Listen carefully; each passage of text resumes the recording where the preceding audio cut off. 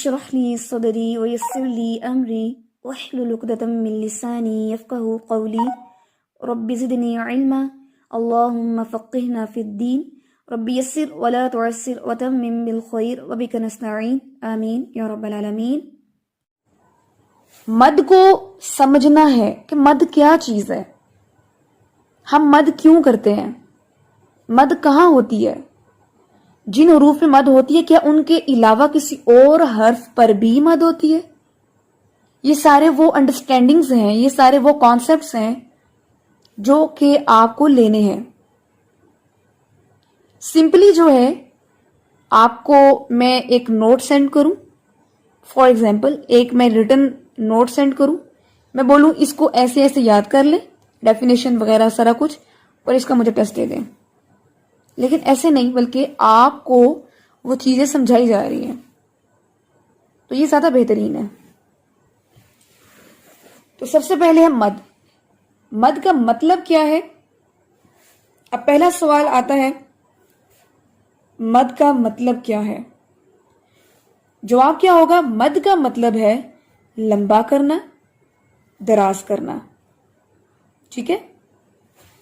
تو یہ ہو جائیں گے اس کے لغوی معنی کہ مد کا مطلب ہے لمبا کرنا، دراز کرنا، کھینچنا، یہ اس کے میننگز میں ہے۔ اب آگے چلتے ہیں، سیکنڈ کویسچن، مد کی کتنی اقسام ہیں؟ ٹھیک ہے، مد کی کتنی اقسام ہیں؟ سیکنڈ کویسچن ہو گیا، اس کا کیا آنسر ہوگا؟ مد کی 2 اقسام ہیں۔ اب یہاں سے وہ لوگ جو کنفیوز ہوئے تھے یا جن کو کلیئر نہیں تھا وہ یہ سمجھ لے کہ مد فرعی نہیں پوچھا، ابھی سمپل ہم مد کے اوپر ہیں، ٹھیک ہے؟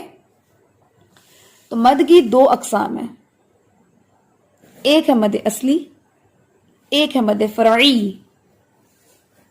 آپ 2 ایرو دے سکتے ہیں، مد اصلی، مد فرعی۔ اب مد اصلی جو ہے اب اس کو آپ لکھیں، ٹھیک ہے؟ مد اصلی، اس کے نیچے لکھیں کہ مد اصلی جو ہے وہ کتنے حروف پر ہوتی ہے؟ تو وہ کتنے حروف پر ہوتی ہے؟ 3 حروف پہ ہوتی ہے۔ کون کون سے؟ الف مدہ، واو مدہ، یا مدہ۔ اور ہمیں پتا ہے کہ الف سے پہلے زبر، واو ساکن سے پہلے پیش، یا ساکن سے پہلے زیر، یہ ہمارے حروف مدہ اور یہی ہے ہماری مد اصلی۔ مد اصلی کی ڈیفینیشن میں نے کروائی تھی۔ مد اصلی سے مراد ایسی مد ہے جو حروف کی مقدار کے مطابق پڑھی جائے، یعنی حروف کی مقدار کے مطابق پڑھی جانے والی مد کو مد اصلی کہتے ہیں۔ فار ایگزامپل با، با کے اوپر ہے زبر، ساتھ میں آ گیا الف، اگر سمپل با کے اوپر زبر ہو تو کیسے پڑھیں گے؟ با زبر با، با کے ساتھ الف اٹیچ کریں تو با زبر الف با، ایک زبر کی لینتھ ہو گئی، ایک الف کی لینتھ ہو گئی، جتنی دونوں کی مقدار تھی ان کے مطابق لمبا کیا ہم نے، اس کو کہتے ہیں مد اصلی۔ ہم نے ایکسٹرا ایگزیجوریٹ نہیں کیا، زبر کی مقدار، الف کی مقدار دونوں کے مطابق پڑھا ہے ہم نے، سمپل۔ یہ بات سمجھ آ گئی آپ لوگوں کو؟ مد اصلی کے بعد یہ تو ہو گیا ہمارے مد اصلی، سمپل۔ اس کے بعد ہم نے سٹارٹ کرنا ہے مد فرعی کو۔ مد فرعی کا لفظ جو ہے فرعی، یہ بتایا گیا تھا آپ کو کہ فروع سے نکلا ہے، فرع عین، فروع، فروعی مسائل، کل بھی بتایا تھا کہ یہ بیسک مسائل کے علاوہ مسائل ہوتے ہیں، جسے کہتے ہیں کہ فقہی مسائل ہیں، ٹھیک ہے؟ اب آپ دیکھیں کہ